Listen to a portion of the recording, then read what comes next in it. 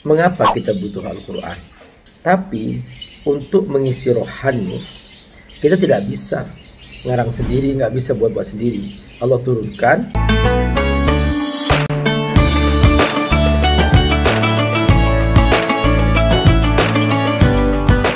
Jangan lupa donasi untuk keberlangsungan FAT-TV ini. Insya Allah semua yang Anda donasikan, Allah akan mengganti dengan lipat ganda. Karena di sini Anda beramal jariah. Ayo bergabung dalam dakwah FAT-TV. Semoga Allah berkahi. Assalamualaikum warahmatullahi wabarakatuh. Alhamdulillah, wassalatu wassalamu ala Rasulillah wa ala alihi wa sahbihi wa barak. Para pemirsa FAT-TV rahmatullah, pagi ini Abi Amir sedang nyantai dan Abi Amir ingin ngobrol-ngobrol bersama teman-teman tentang hakikat Al-Quran. Ya, ini pakaian Abi ini lagi nampak seperti pakaian renang ya, karena ingin berenang nih. Tapi Masya Allah, sahabatku semua rahmatullah, mengapa kita butuh Al-Quran? Karena kita punya rohani. Rohani ini harus diberi makan. Makanan Al-Quran. Kalau jasmani, makanannya kita sudah tahu. Dia harus berupa materi, berupa makanan. Dan menunya itu terserah kita. Yang penting halal. Halalan thayyibah, itu yang paling penting. Adapun nama menunya silahkan, mau menu apa saja, mau bentuk sate, mau bentuk soto, mau bentuk rendang, itu semua adalah nama menu. Namun yang paling penting halal thayyibah. Tapi untuk mengisi rohani, kita tidak bisa ngarang sendiri, nggak bisa buat-buat sendiri. Allah turunkan Al-Quran. Jadi Al-Quran ini adalah merupakan panduan rohani kita. Tanpa Al-Quran, jiwa kita pasti akan hampa. Karena itu, jangan memisahkan diri dari Al-Quran. Karena Al-Quran ini adalah makanan pokok rohani kita. Mungkin seseorang dia merasa nyaman-nyaman aja, nggak beriman pada Quran dan sebagainya, tapi dia menderita sebetulnya. Dia akan lari ke tempat-tempat di mana untuk melawan ketegangan-ketegangan jiwa, ketegangan-ketegangan rohani. Contohnya misalnya dia akan lari ke tempat maksiat, tempat mabok, tempat ya hiburan. Itu semua sebetulnya nggak normal dengan cara seperti itu, karena dia akan tergantung kepada suasana itu. Jadi setiap jiwa merasa hampa, pasti dia akan lari ke situ. Ada yang lari ke makanan sampai gemrot, ada yang lari ke hiburan sampai mabok di situ, bahkan maksiat dan sebagainya. Sebetulnya dengan mengisi rohani ini kita sudah aman. Caranya Allah sudah ajarkan, kan yang menciptakan kita kan Allah. Nah, karena yang menciptakan kita Allah, maka kita cukup ikut Allah. Allah mengajarkan, wa kadzalika auhayna ilaika ruham min amrina.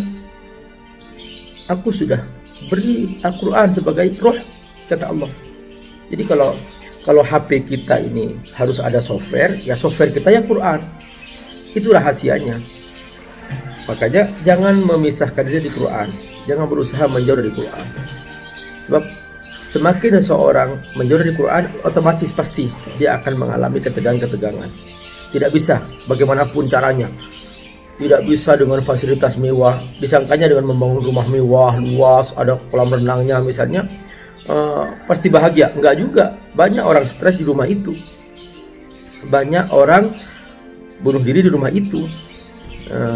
Di Amerika misalnya, itu bisa dikatakan lebih dari 70% orang-orang pecandu alkohol karena mereka mengalami kehampaan rohani. Itu hasil penelitian. Jadi memang tidak mungkin. Nah, makanya kenapa di tengah orang-orang Islam jarang orang stres? Ya kecuali memang yang mereka nggak konsisten dengan Islamnya ya. Rata-rata orang-orang Islam yang konsisten, yang hidupnya beribadah kepada Allah, hidupnya membaca Quran, zikir, banyak sholat, itu nggak stres biasanya. Kalaupun dia mungkin stres karena salah paham aja. Tapi kalau secara normal, ketika dia bersama Quran, membaca Quran, dia tidak akan stres. Nah, karena itu ibadah membaca Quran ini oleh Allah tidak dibatasi waktu. dia tetap dalam kondisi kapan saja ya. Kapan saja kita membutuhkan Quran, langsung siang, malam, pagi, sore kita baca Quran. Bahkan keindahan baca Quran itu di malam hari. A'udzu billahi minasyaitonir rajim. Bismillahirrahmanirrahim. Ya ayyuhal muzammil qumil laila illa qalila nisfahu aw inqus minhu qalila aw zid 'alaihi warattilil qur'ana tartila. Perhatikan, bangunlah malam, kata Allah. Bangun, salat malam, baca Quran. Warattilil qur'ana tartila. Allah identikan salat malam itu dengan banyak baca Quran. Mengapa? Karena Allah yang menciptakan manusia. Allah tahu tabiat manusia. Dan Allah tahu waktu yang paling pas dengan jiwa manusia, ya malam hari. Dengan malam hari itulah dia bangun, mengisi rohani, sujud kepada Allah, membaca Quran, dia akan bahagia. Masya Allah. Afala yatadabbaruna al-Quran am ala qulubin aqfaluha. Pilih, kata Allah. Kau tadabbur Quran, menjiwai Quran, hidup bersama Quran, membaca Quran, atau hatimu akan tertutup. Am qulubun aqfaluha. Yaitu dia. Kalau hati tertutup, udah kita pasti akan stres dan tidak akan pernah bahagia. Kebahagiaan itu ketika kita bersama Allah. Dan cara terbaik adalah jangan lepas dan jangan berpisah dari Quran. Insya Allah. Saksikan selalu FAT TV, channel yang luar biasa ini, insya Allah ya. Insya Allah Abi Amir akan terus selalu di FAT TV. Masya Allah. Jangan lupa subscribe, like, and share. Insya Allah. Mudah-mudahan Allah berkahi. Assalamualaikum warahmatullahi wabarakatuh. Assalamualaikum warahmatullahi wabarakatuh.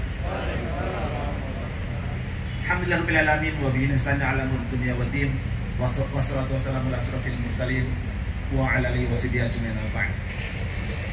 Yang kami hormati Bapak Yudin, Ketua Pimna Aksi Wakagam, Saudara Amir Faisal Fat, Tuan Syariah, Bapak Ibu sekalian, tamu undangan yang Allah muliakan pada hari ini. Alhamdulillah selamat datang. Terima kasih atas kunjungannya rekan-rekan media yang Allah muliakan pada hari ini.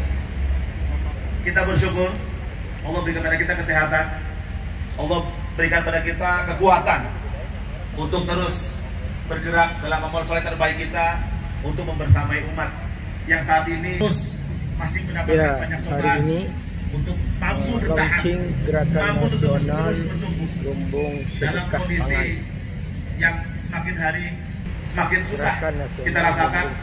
Tapi insya Allah kita punya alasan sangat mampu menciptakan banyak energi positif ke depan.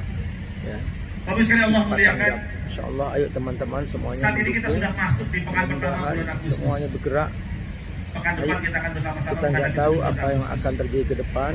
Kemarau panjang, pandemi yang belum jelas sampai sekarang. Bangsa ini pernah merayakan sebuah kemerdekaan. Negeri ini dan insya Allah saat ini kita sadar betul pangan rakyatnya. Saat itu apa yang terjadi? Sekali Allah muliakan. Saat perjuangan dilakukan oleh para pahlawan, lagi kelaparan. Segenap elemen bangsa ini keluar dari rumahnya, yang dimiliki di rumahnya, membawa beras, membawa mie air minum, membawa semua yang mereka miliki. Sayur mayur keluar dari semua dari rumahnya, diserahkan kepada para pejuang.